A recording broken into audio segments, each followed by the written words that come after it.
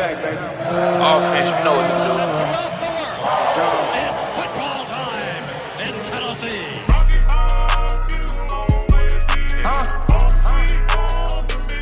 Yes, you know. Get this Tennessee.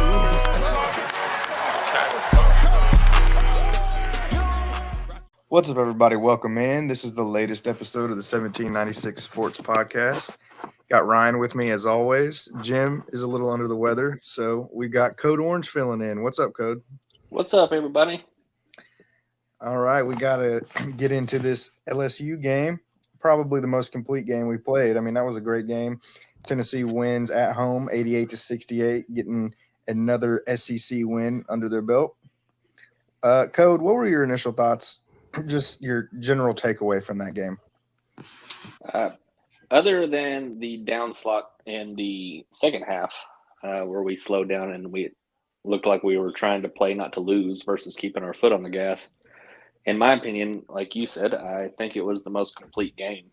We came out shooting well, facilitating the ball well.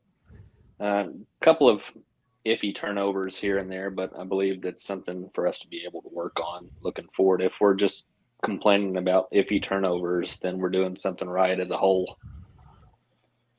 Agreed. I couldn't agree more. Yeah, I think the main reason we looked so good in the first half is because we played fast. We pushed the pace.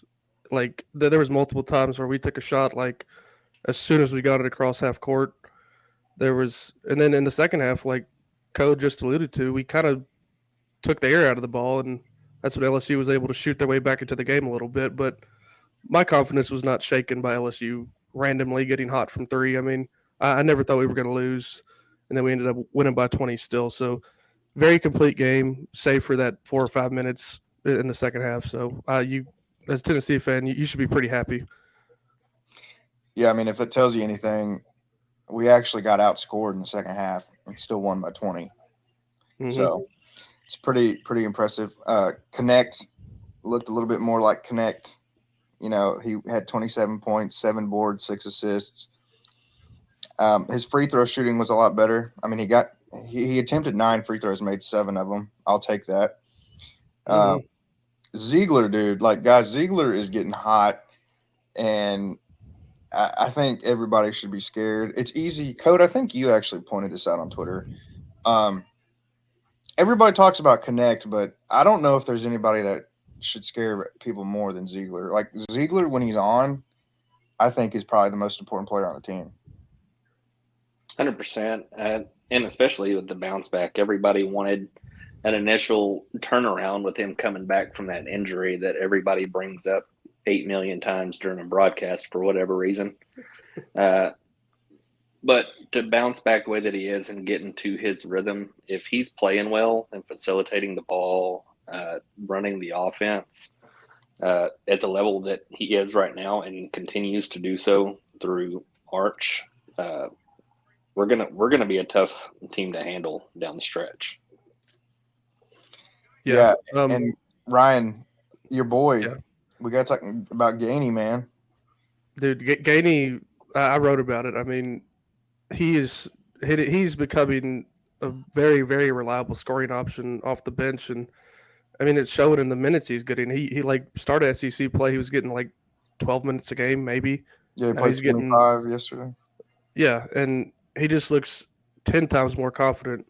I mean, I think he was just trying to settle into the, he was playing at South Carolina Upstate, and he has to get used to the physicality, the quickness of the SEC. I mean, like it or not, across the country, this is the best basketball conference.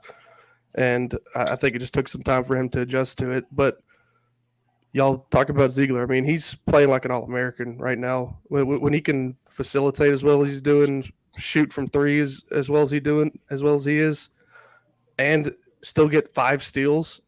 I mean, you can't ask for more. You don't see a ton of point guards that facilitate as well as he does, play on the ball defense as well as he does, and shoot. So, he's leading the SEC in assists right now. Mm-hmm. Yes. So, it's just incredible, especially like Code said, everybody talks about it, but coming off of that serious injury last year. I mean, he's definitely exactly what we needed him to be. Vescovy had a down night, but didn't really matter because everybody else picked him up. I mean, when you get Gainey getting 18 off the bench, Ziegler getting 17, Adu chipped in another 10-point performance. Like we've talked about ad nauseum, if one or two guys has a bad night, this team can handle it. Yep. Absolutely. The Vescovy side of things is the initial eye test from somebody that casually watches basketball is, Santi isn't doing anything. Santi isn't doing this. He doesn't look like him, or has not looked like him this season.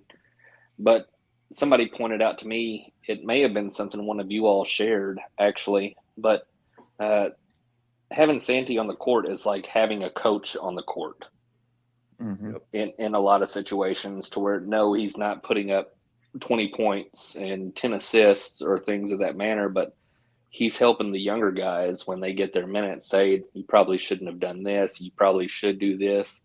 And, oh, by the way, yeah, I'm still going to hit a three every now and then. Yeah, I mean, when we were in Rub, I mean, he only shot 3 shots last night, and it's just like Bryce said, you don't always need him to be the savior on offense like he was for nearly all of the previous 3 years. It's just not necessary anymore, and he can step back a little bit into that leadership role, like you were saying, Code. So it's a very good development that a 5th-year senior is willing to step out of the spotlight when it's needed and become that on floor coach. I mean, it's great. Yeah, and I mean, it's like what we said.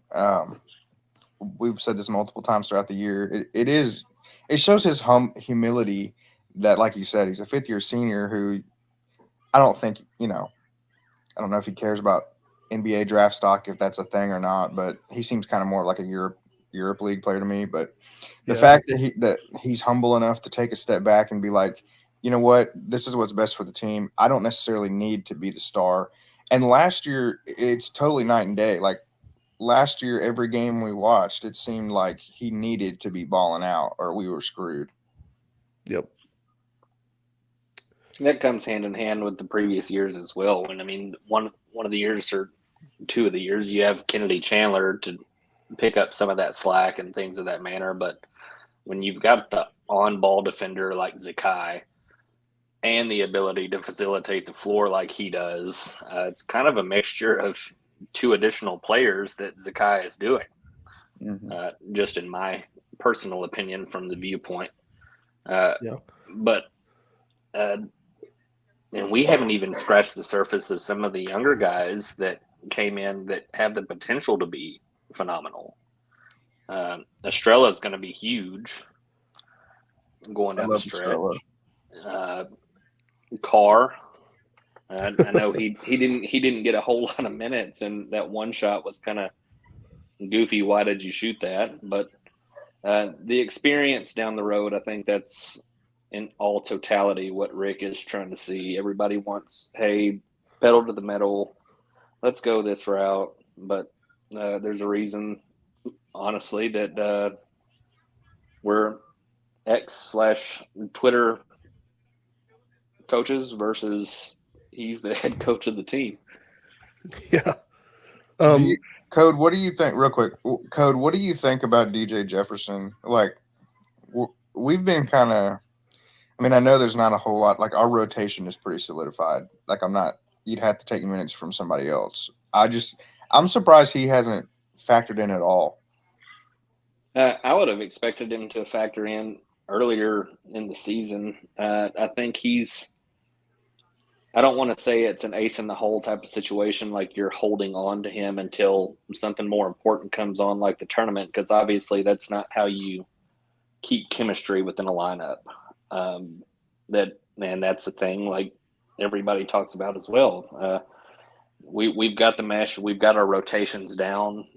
Unfortunately, I don't see anywhere that he fits in at this point. Yeah, I think, like I've mentioned it throughout the year, like Bryce said, but there's a lot of people in Knoxville who says that he's probably the most athletic guy on the team, but we don't see what goes on in practice, Uh, obviously. the, So you, the, you the, you really you really don't know where he's yeah, at. So the prime example of that most athletic guy in practice.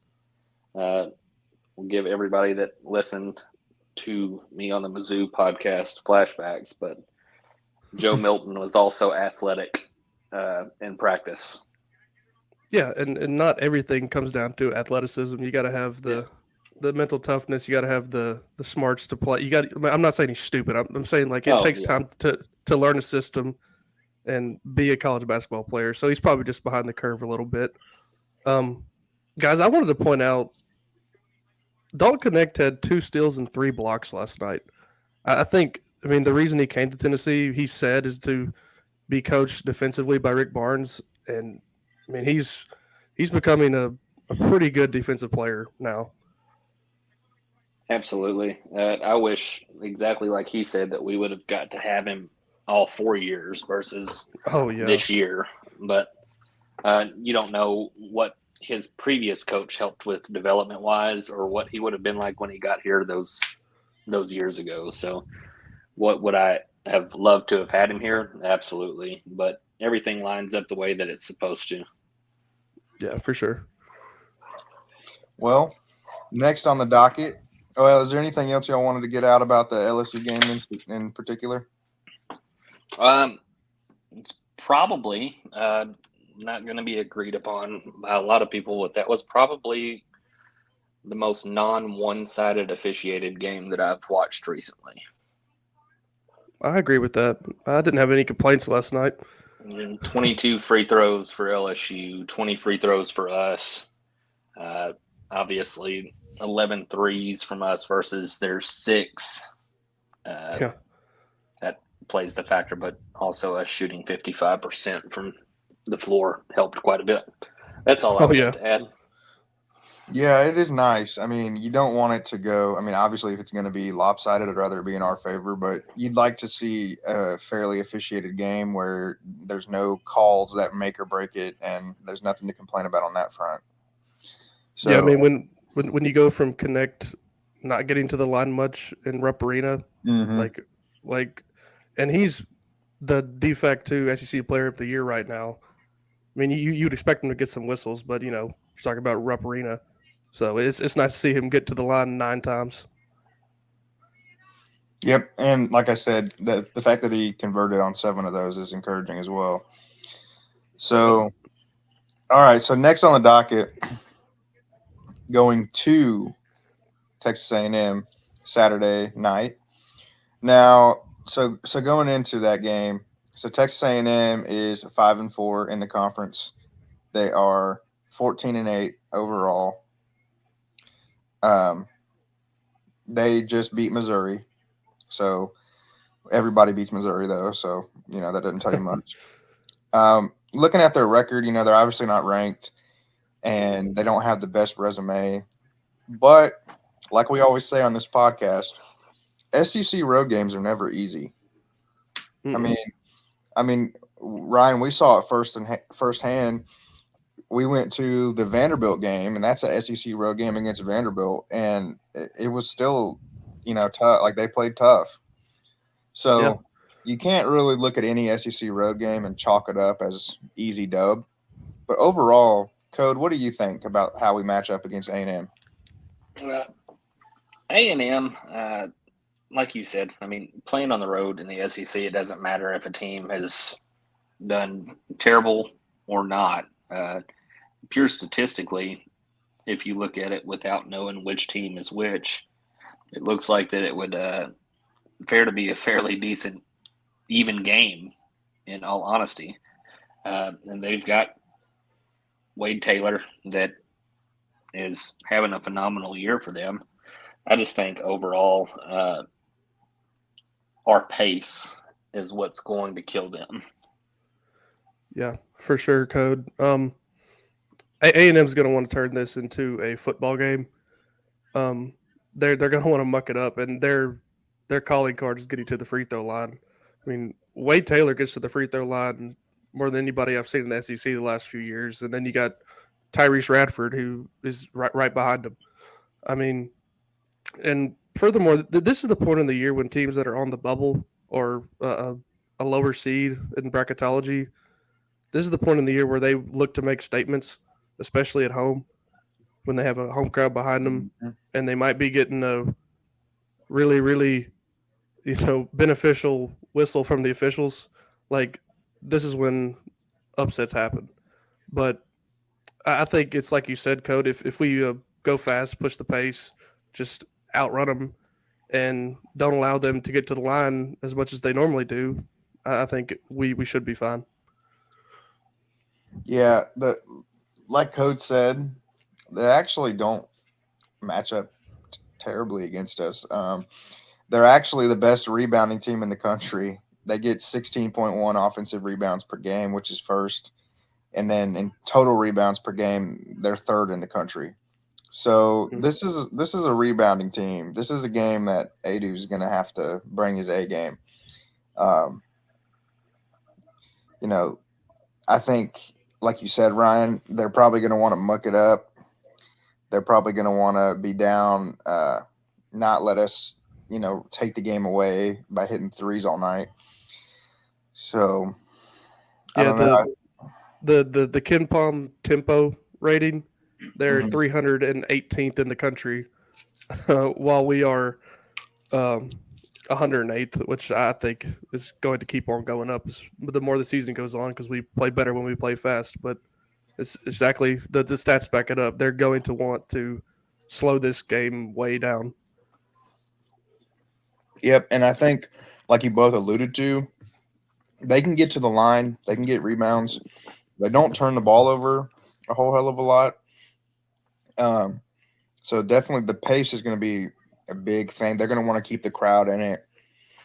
I'm not going to be surprised if they start trapping early on defense. I Yeah. think I think they're going to definitely want to keep the crowd in it and keep that pace real low. So I think getting off to a fast start will be important. They're not a very good team at coming from behind. I think if we can get a nice little lead, I don't think they have the firepower to catch up to us. This is the type of game where if we can get up by double digits, I'll feel pretty confident in a win. Yeah. Um, if it's a game where Gainey is a non-factor and Connect is off shooting, I'm gonna be a little nervous. Yeah. Like But if you told me right now that we would win the game 62-61, I'm taking it. Like just get out of there with the win. Yeah, all in all, I mean, 1 point win, 20-point win. As long as we win, it doesn't matter to me. Yeah, for sure. I and I mean, don't it's think they like. Maybe they do. I don't think an ugly road an ugly road conference win doesn't get held against you that much. no, for I mean, sure. like Code said, a 1 point win or a 20 point win, who gives a shit? It's a road conference win. It's big. Yeah, I mean Kentucky couldn't win there. Like they have the ability to beat high flying teams at home, and it's like just win, baby, win. I will allude and say something that's going to be semi controversial because I wouldn't be me if I didn't do that. But the selfish side of me does not want to be a number 1 seed. I want to be a number 2 seed in the NCAA tournament. And a lot of that has to do with that means that we would play at Memphis. And that is a hell of a lot closer to me than anything else. Hey, that Well, and it's that kind of a curse too. Like, yeah. I feel like being a number 1 seed doesn't necessarily bode well. Absolutely. We talked about it before the year, Bryce, in our basketball preview that the road to the Final Four for a 1 seed is not all that easy because if you win that first game, you're playing an 8 or 9 seed who's normally pretty good. So I wouldn't mind being a 2 seed. I'm closer to Memphis too. Code. That's perfectly understandable. Yeah, and we'll see when it gets it. But that's a perfect segue though, because Ryan, you were going to talk about that, right? The Yeah, projected seating. yeah. The latest bracketology Good old Joe Lunardi has Tennessee up on the one line after last week's games taking the spot of North Carolina after they lost to Clemson at home. So for now, we are a 1 seed, at least in the projections. And you know, I mean that's where you want to be, ideally. So I mean it's a good development. Yeah, I mean, so yeah, I mean, I don't know. Like Coach said, I'm kind of partial to. I'm fine taking the two and playing in Memphis or Charlotte, I guess, is possible as well. Um, but yeah, Do y'all know? Do y'all know how many times Rick Barnes has had a team that's been a number 1 seed? I do not off the top of my head. Bryce, do you know? I'm assuming probably one. Yeah, he has had one team who was a number 1 seed, and it just happened to be the year he made the Final Four Yeah, I in was about to 2000. say it had to have been the year he made the Final Four. That's interesting. So there's your argument for a 1 seed. If we're just talking about ideal scenarios, the history says we've got a better chance of making the Final Four, at least under Rick Barnes. March is so weird though, dude. Like the KSR guys actually talked about this and had a good point. Like a lot of times you can be the best team in March and you just have one bad night. I mean, because all 64 teams that make it are good. Like they won a ton of games if they're in the tournament.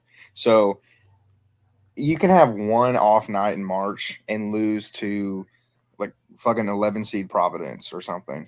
Yeah, yeah. Like I mean, that's the frustrating thing about it. Because in football, it's like a war of attrition. It's like you pretty much, for the most part, you've been through the ringer and talent wins out. In yep. basketball, though, it's so fluky, especially when it comes to March. I mean, like who would have thought that Purdue would lose to Fairleigh Dickinson or Kentucky would lose to St. Peter's or I mean, weird shit like that happens. So I'm not Yep. gonna get too worked up about it until it happens.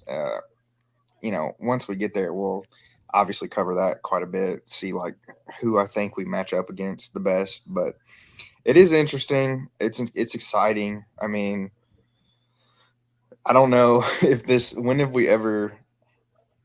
I mean, there might not ever be a time in history. If you guys can think of one, correct me. But football, obviously last year in Hendon's final year, our football team was number one in the college football playoff. Our basketball team this year is potentially going to be a number 1 seed. Our baseball team is coming off an Omaha run, could be a number 1 seed. Like, I don't know. It kind of seems like we're in like the good old days. Yeah. You can thank the leadership at the university the past couple of years. Yeah, I mean, it's exciting. I think, like you said, Ryan, especially like with this basketball team, it has a chance to be special. And we're going through a stretch right now that's pretty easy. So I don't want them to take the foot off the pedal. I want to keep stacking these conference wins, building our resume, get battle tested for March. Yeah, I mean, if nothing else, work out some kinks. So And another note about Texas A&M. So Texas A&M got beat handily by LSU. Now, granted, it was the beginning of conference play, and it was at LSU. But still, I mean, you saw what Tennessee did to LSU. Um, Texas A&M did though. A week after getting beat by LSU, they did beat Kentucky at home. So you never know. I mean, they're a very up and down team. I mean, they have a win over Kentucky, but they lost to Arkansas. They lost to LSU. So they barely beat Missouri the first time. So they're just the SEC team, man. Like you said, Ryan, the SEC's hard. yeah, it's extremely hard. I mean, it's the best basketball conference in the country, and it's not even arguable anymore. I know for a few years there, people pointed to the Big 12. Like 10 years ago, it was the ACC, but now I don't think there's any question that the Southeastern Conference is the premier conference for college basketball. Do you agree with that, Code? Absolutely. Yeah. I think top to bottom, I think it'd be hard to argue with that, really. I mean, a lot of like college basketball purists probably don't like to hear that. Joe Lunardi probably like shits his pants thinking about that, but Well, even Joe Lunardi is acknowledging that the SEC could get 9 to 10 teams in the tournament, which would be a record for any conference. So, I mean, even he's bending the knee. yeah, I I mean, mean, it's like you said, any road thing, and even at the bottom, you all going to Vanderbilt. I mean, Arkansas struggles in Northwest Arkansas. Bud Walton is still not a place to go into and take lightly because it's not. I mean, they pack the place out, and I like to believe that everybody's got the mentality of, no, we want our team to win. Code, speaking of that, at the risk of this whole podcast getting canceled, do you have any insight on what's going on in the Arkansas basketball program? The rumors that have been flying around? They are all rumors. Okay. I mean, I'm assuming that Jalen Green shared something, or Jalen Graham, sorry, shared something on Instagram the other day. Devo Davis stepped away from the team for a second time. Believe his grandmother or somebody in that wheelhouse of his family was sick the first time he stepped away from the team. The second time they had passed away.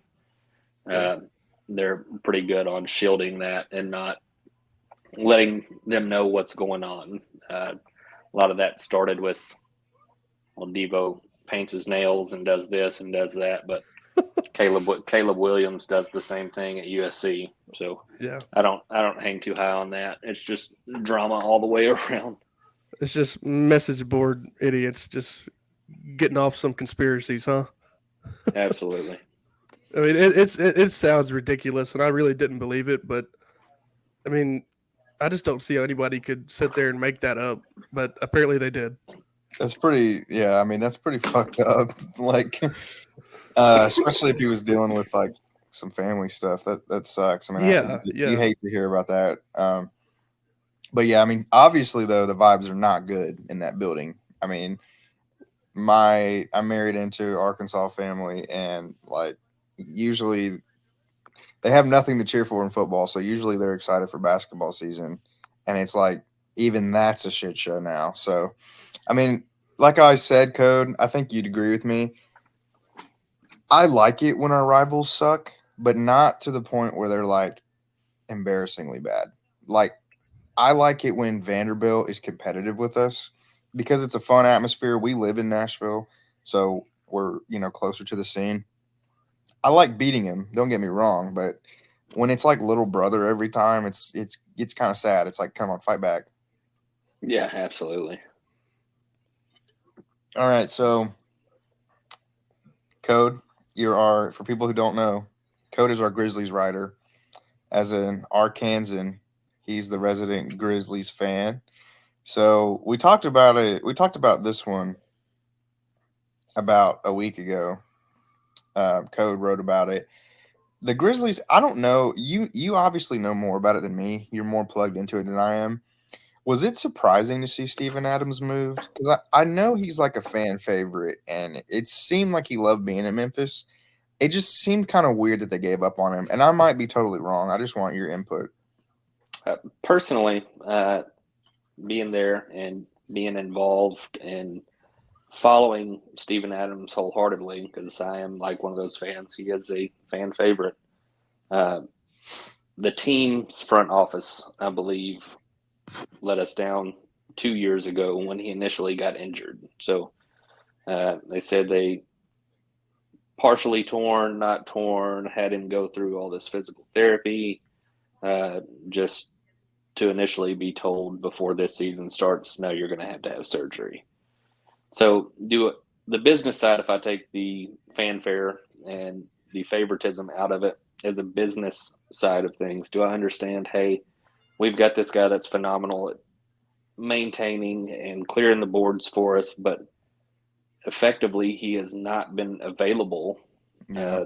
The 2 playoff runs that we had, missed half of one and all of the other. What value does he hold to the team by sitting on the bench? I loosely expected, after more moves, because we gained 5 second-round picks between the Steven Adams trade and today, I thought they were going to try and package somebody else to try and make a move. What move? I have absolutely no clue.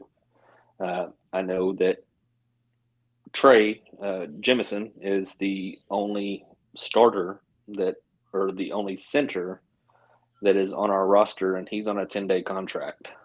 So get Lamar Stevens out of the deal, sending Xavier Tillman to the Boston Celtics. It's another 6'6" forward. You don't really have anybody down low to clear up boards. Brandon Clark is supposed to come back, allegedly, coming from the front office once, like I said, again, with injuries, they keep us in the dark. Is allegedly supposed to be available after All-Star break. But this team is, granted, not far out from being play-in, but I hate to be the person that's, well, do you want to make the play-in just to get knocked out? Does it give the younger players the ability to have the experience of a playoff atmosphere? Absolutely. Now, you've got young guys like G.G. Jackson that's coming in, killing it. Somebody that could have been, should be a starter somewhere, if not here. Victor Oladipo was involved in part of the trade. He got waived today. The belief with that is he got waived for G.G. Jackson to sign in his spot, and then Trey Jemison to be put on the 2-way contract spot that G.G. was in. Gotcha. But essentially right now you've got Jaren Jackson Jr. and the Memphis Hustle that play in Memphis. Yeah, I mean, yeah, it's because if you look at it, like, assuming everybody was healthy, this is not a bad roster. I mean, Marcus Smart is a good player. Derrick Rose is still a useful player when he's healthy. Obviously, Jaren Jackson's really freaking good. Ja Morant is one of the best all-around players in the league. Like, if everybody's healthy, I mean, there's no reason to think this isn't a playoff team. So that's got to be the most disappointing part of it. I mean, it was the 2 seed last year. I mean, they had the roster in place to compete, and then unfortunately, Ja had to do what he did, and then Adams has been out, and then the team is just falling apart. And for me, Code, it really seems like they're just trying to coast it into the season and get another good player to pair with Jackson Jr. and Morant. It just sucks that this draft isn't very good. Well, they could grab DK. Yeah, I would be thrilled for DK or Dillingham from Kentucky. Yeah, with what we need going on. All in all, the team they've still got to put something to entertain. They're loyal in Memphis. They're still going to show up to watch. That's why GG has been a blessing. But we'll see who comes back. I mean, you still got Luke Kennard, phenomenal 3-point shooter. Bain is not out for the year. Marcus Smart is still I mean, you've got the previous 2 years defensive player of the year on the same team. Mm-hmm. So the defensive side of the ball, it's not the problem. The NBA has changed, and it changed with Steph Curry and everybody thinking that they have to shoot threes. So you've got centers and forwards that instead of pounding the ball down low when it's open, they'll kick out for three. You just got to be able to withstand it more so than college ball, the runs.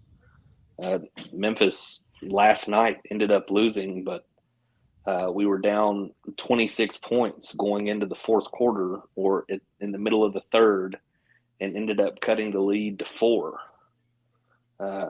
And then they went on another stretch. It's a matter of withstanding. Man, I think they will get it figured out. It will not be this year. Yeah, and I'm just looking at the home and away splits here. Am I reading this right? That Memphis has only won 5 home games this entire year. That's probably pretty accurate. That's, I Um, mean, I live far away from Memphis. I still recognize them as a part of Tennessee. That's pretty sad for that city, whose only professional team has won 5 games in front of a home crowd this year. Yep, 5-18. and Ugh. I think it's kind of not really fair to judge it though, just because of what they've been dealing with. I mean, Yeah. like Coach said, the even a casual NBA fan probably can't name 5 players on the active roster right now. Oh, Um, I do good. I do good to name 5 with as much rotation and injuries we've had. Yeah. yeah, I mean, today they sent out Tillman and Roddy. hmm I mean, what do you think of that? I mean, it's kind of just filler pieces, right? Roddy, the problem that I have with Roddy getting shipped is Roddy showed the most promise between Zaire Williams, Jake LaRavia, who is both a constant injury rotation. Roddy showed the most promise out of the 3. LaRavia is still present. Zaire Williams is still present. So I believed that they were moving all these pieces to gain these things to make a bang, and I don't know where you go with pocketing 5 second-round picks. Granted, 2 of the picks are 2027 and the others 2030. So there's a ways down the road to look for building the future, which is not a bad thing to think about. But for the fans and people that don't see the big picture, they want to know what's going on right now. You've got a young squad. You've got a couple veterans. If it's me, once again, this is why I'm a couch coach, couch GM. I would have kept Roddy and tried to figure out how to ship Zaire or Jake LaRavia somewhere. And they could, I guess, if everybody's healthy next year and this summer, I mean, you're not going to get a star player, but they could package those picks again in another trade, I'm assuming. So, Oh, yeah. And I mean, you've got the lottery for the draft coming up as well. And we're projected a top 4 lottery pick.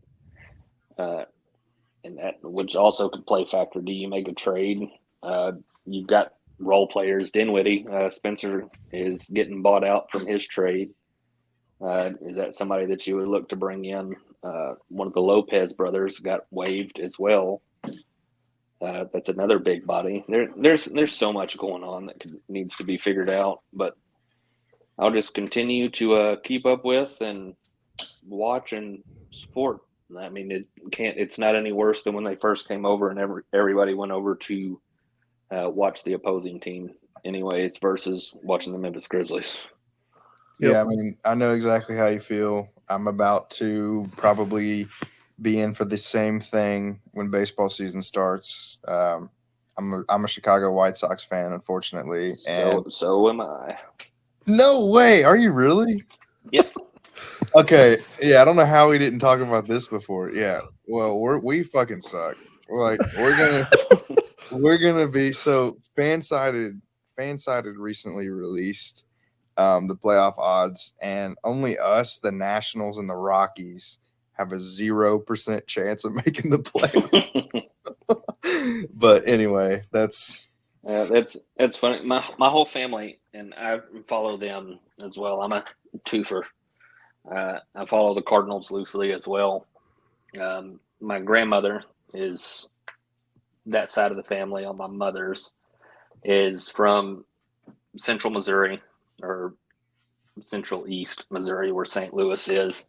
They're diehard Cardinals fans. My grandmother moved to outside of Chicago when I was younger for a few years and kind of got the going up there to visit during the summer. Hey, we can go to a Cubs game, but I would advise you to pick going to a White Sox game type of deal. And that just kind of stuck with me from there because fuck the Cubs. hell yeah. I'm just I don't know. I like pain. I like inflicting pain on myself. But anyway. So Hey, we got a lot to look forward to though, and Tennessee related things. Baseball. well, You were talking about that, Ryan. Baseball starts. yeah, we're week from tomorrow. We're starting off, and it looks to be another great year on the horizon. But Bryce, I wanted to touch on something before we kind of look at baseball for a little bit. Lady Vols currently down to Alabama in the third quarter. Um, I said a few weeks ago for me to not be out on Kelly, she would need to win, 13, 14 SEC games. And this is not a good start when you're down by 15 to Alabama. Yeah, we got to get Code's opinion on this. We've talked about it so much. Code, what do you think about Kelly? You both know what I think about Kelly. I I know. don't need to. I don't I need to just put want to in hear you that. say Bring Molly Miller in. it. Yeah. Yeah. That'd be a pretty good option. Bring Molly Miller in. Then if the adverse of us getting canceled, then the men get their version of what the women have with Tony V, and a proven winner. Yeah. I mean, do you think that surely the next hire is not going to be? I mean, it's not going to be from the Pat Summit tree, right? We need to get away from that tree. You're just never Yeah, going to yeah, replicate it. Yeah, you're not going to replicate Pat from that same tree. It doesn't transcend the way that it does with, knock on saying this, it's not like the Nick Saban football tree. It's not like the Andy Reid pro football tree. These are guys or coaches that have had the opportunity. And Kelly is a phenomenal woman. She is. I just don't think that she is an SEC caliber coach. Well, I just look at it like this: NC State's women, which is where she came from, are now top 5 ranked. Mm-hmm. Like they've gotten better, and we've kind of stagnated in the last. The thing that everybody initially brings up, and the Molly Miller movement gets thrown around mostly as jokes, just to poke fun. She is a phenomenal coach. I don't know that she would be an SEC caliber coach, and she seems comfortable at Grand Canyon anyways. If you let go of Kelly Harper, who do you go after? I mean, somebody said you throw the checkbook at Staley and make her say no. Yeah. I mean, I mean, think if you can build what she's built at South Carolina, you can do it at Tennessee too. Oh, absolutely. I mean, when you're a brand like Tennessee is in women's basketball, I think you can go after anybody you want. So, I mean, there's certainly a litany of people that we could look at. I think Molly Miller is a good option. I think Kara Lawson at Duke. I mean, that's kind of staying with the Pat Summit tree, but I think she would be a good Coach option. at Oklahoma State. Mm-hmm. I forgot what her name is. Somebody pointed out her. She's a good coach too. I don't know, man. It's frustrating, especially. I mean, I've lived here most of my life, and a lot of the stuff that you had to go on, and it's not bantering back and forth, but it was great to know that the Lady Vols were playing and that you didn't have to worry whether they were going to win or not. We are far from that era, my friend. Yep. Well, and it's at this point, it's just better to cut your losses, and you're never going to replace Pat, but you got to make do with what you can. And it's still a legendary brand. It's a blue blood of women's college basketball. You can make a good hire, and you can get it back to that point. Yep. But it's like y'all said, we need to get away from the Pat Summit tree. And I mean, I went to Tennessee. I was there. I've seen this. I've heard it all over town when I was there. There is the majority of the Lady Vol fan base is very cult-like. They don't want anybody who's not within the program to coach it. They don't want even a man to coach them. So the mindset has got to completely do a 180, and I think with Danny White at the helm, I think that if we were to make a move, we could get whoever we wanted, as long as we get away from that mindset. Yeah. The side note, softball won today. They started their season off strong. Yeah, is it 15-0, 14-0? Yep. Yeah, 15 UT to Arlington. 0. Beautiful. A lot of good things. See, we're in everything school. We got stuff to watch all year round. It's, a lot of schools are not having much to talk about right now, or they're not wanting to talk about it right now. Missouri and Georgia just pretend that nothing exists but football. So, at least we're not one of them. At least we get, a little bit of everything. So, all right, guys, I think that about does it. Anything else y'all want to get on before we get out of here? Gentlemen, I just wanted to thank you wholeheartedly for allowing me to come on and chat with y'all. Look forward to doing it again, hopefully soon. And everybody, keep your eye out for more Grizzlies content. Yes, sir. Thank you, Code. Thank you, Ryan. Go Vols. Go Go Vols. Vols.